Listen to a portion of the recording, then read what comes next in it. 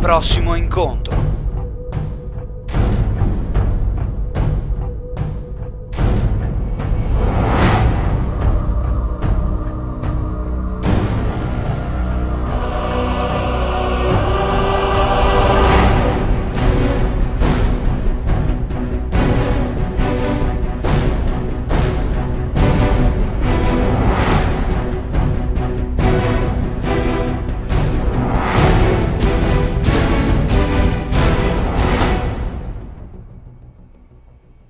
Ho raccontato storie di varia sessualità e di varia affettività. Fino ad oggi tutti hanno detto che il calcio e lo sport erano mondi separati dal mondo normale, dove le opzioni sessuali e sentimentali sono numerosissime.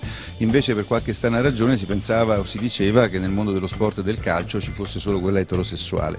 Io ho voluto riscrivere la storia dello sport, del grandissimo sport, dei grandissimi campioni di tutte le discipline, di tutti i paesi, di tutti i tempi, per raccontare che invece anche nello sport ci sono gli etero, ma ci sono i gay, ci sono i bisessuali, ci sono i transgender, ci sono i curiosi, ci sono gli indecisi, ci sono quelli costretti a cambiare sesso da un uso massiccio del doping.